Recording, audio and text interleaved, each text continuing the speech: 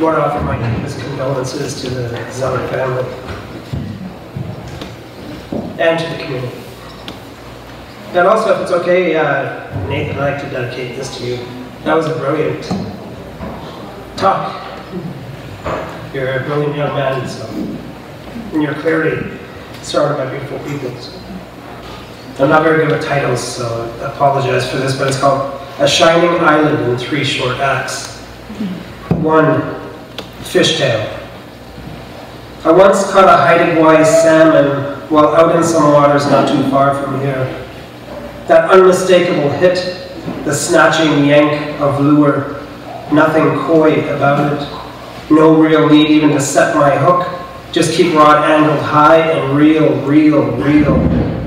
The fish fought hard from the start, shooting up from the depths and breaking water to try and shake the barb. And in the silver flash of those sunlit scales, I think I caught a future glimpse of myself. Me, perhaps a half hour into the future, straining to hold my prized salmon's weight in both hands now that I'd landed it, my arms extended as I poised, proud but not gloating, for the camera. My once nonchalant and distant fishing guide, suddenly all warm and fuzzy, cooing how this was the shot the Fancy Lodge's website had always waited for. Back in the present, my feet planted wide against the waves on the deck of that stupidly expensive and newfangled boat. I was maybe a minute into what promised to be a Hemingway-esque fight, when a second, much harder hit thumped my fish and pulled my rod down near to breaking. Then twang, the line snapped to flaccid. Without time even for me to curse, my overpaid guide gave a callous laugh and pointed as a great seal swam up onto his back, my salmon in his teeth. That seal focused one black eye on me, whiskers twitching, then tossed my fish high into the air, sending it in great lazy and sparkling arcs once, then twice, taunting before he opened his stinking maw to take a sloppy bite, flipped me his fin, and was gone. Learned behavior, the guide muttered. The fish are gone now that they know he's here, time to move on. And as he hit his throttle, I stared forlornly down into the water, glimpsing as we passed all that was left of my bragging rights, a great but lonely fishtail bobbing in the chop. 2. Arrival.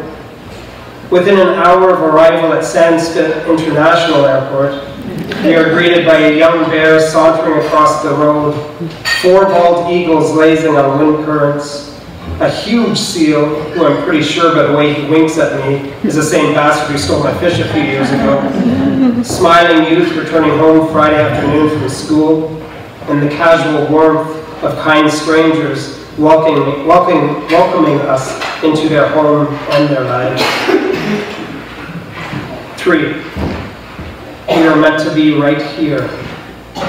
Yesterday morning, as I struggled hard over coffee with what to say to you all tonight, instead of writing, I opened the summer 2019 edition of This is Haida-Gwaii magazine, and inside it, I read a welcome to all who visit, offered from the head of the Haida Nation. We are meant to be right here, right now, he says. Everything's connected, and everything happens for a reason. If I heard these words in, say, a Northern California vineyard or a hot yoga studio in New York City, I'd secretly giggle at the cliche. But there are no cliches on Haida-Gwaii. The sheer wonder of this place won't allow it. The powerful words at the head of the Haida Nation are weighted heavy with history, unfurled up from the ancient cedar roots. It's important to give back to this place and to contribute more than you've taken, he tells us. The land tells us.